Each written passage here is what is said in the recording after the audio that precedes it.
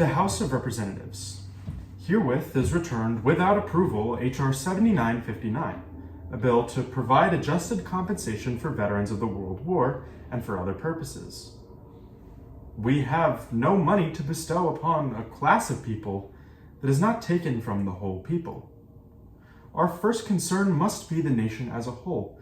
This outweighs in its importance the consideration of a class, and the latter must yield to the former. The one compelling desire and demand of the people today, irrespective of party or class, is for tax relief. The people have labored during the last 6 years under a heavy tax burden. This was necessary to meet the extraordinary costs of the war. This heavy assessment has been met willingly and without complaint. We have now reached a financial condition which permits us to lighten this tax burden. If this bill becomes law, we wipe out at once almost all the progress 5 hard years have accomplished in reducing the national debt. If we now confer upon a class a gratuity such as is contemplated by this bill, we diminish to the extent of the expenditures involved the benefits of reduced taxes which will flow not only to this class but to the entire people. The prosperity of the nation, which is the prosperity of the people, rests primarily on reducing the existing tax burden. No other action would so encourage business. No other legislative enactment would do so much to relieve agriculture. The drastic executive campaign for economy in government expenditures has but one purpose: that its benefits may accrue to the whole people in the form of reduction in taxes. I cannot recede from this purpose. I am for the interests of the whole people. The expenditures proposed in this bill are against the interests of the whole people.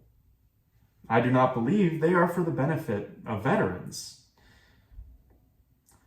Considering this bill from the standpoint of its intrinsic merit, I see no justification for its enactment into law. We owe no bonus to able-bodied veterans of the World War. The first duty of every citizen is to the nation. The veterans of the World War perform this first duty.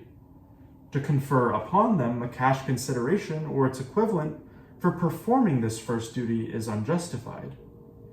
It is not justified when considered in the interests of the whole people. It's not justified when considered alone on its own merits. The gratitude of the nation to these veterans cannot be expressed in dollars or cents. No way exists by which we can either equalize the burdens or give adequate financial reward to those who served in the nation in both civil and military capacities in time of war. The respect and honor of their country will rightfully be theirs forevermore. But patriotism can neither be bought nor sold. It is not hire or salary. It is not material, but spiritual. It is one of the finest and highest of human virtues. To attempt to pay money for it is to offer it an unworthy dignity which cheapens, debases, and destroys it. Those who would really honor patriotism should strive to match it with an equal courage, with an equal fidelity to the welfare of their country, and an equal faith in the cause of righteousness. America entered the World War with a higher purpose than to secure material gain. Not greed, but duty was the impelling motive. Our veterans, as a whole, responded to that motive. They are not asking as a whole, they do not want as a whole any money recompense.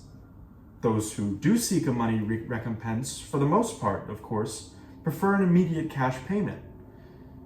We must either abandon our theory of patriotism or abandon this bill. Patriotism, which is bought and paid for, is not patriotism. Our country has maintained the principle that our government is established for something higher and finer than to permit those who are charged with the responsibility of office, or any class whose favor they might seek, to get what they can out of it. Service to our country in time of war means sacrifice. It is for that reason alone that we honor and revere it.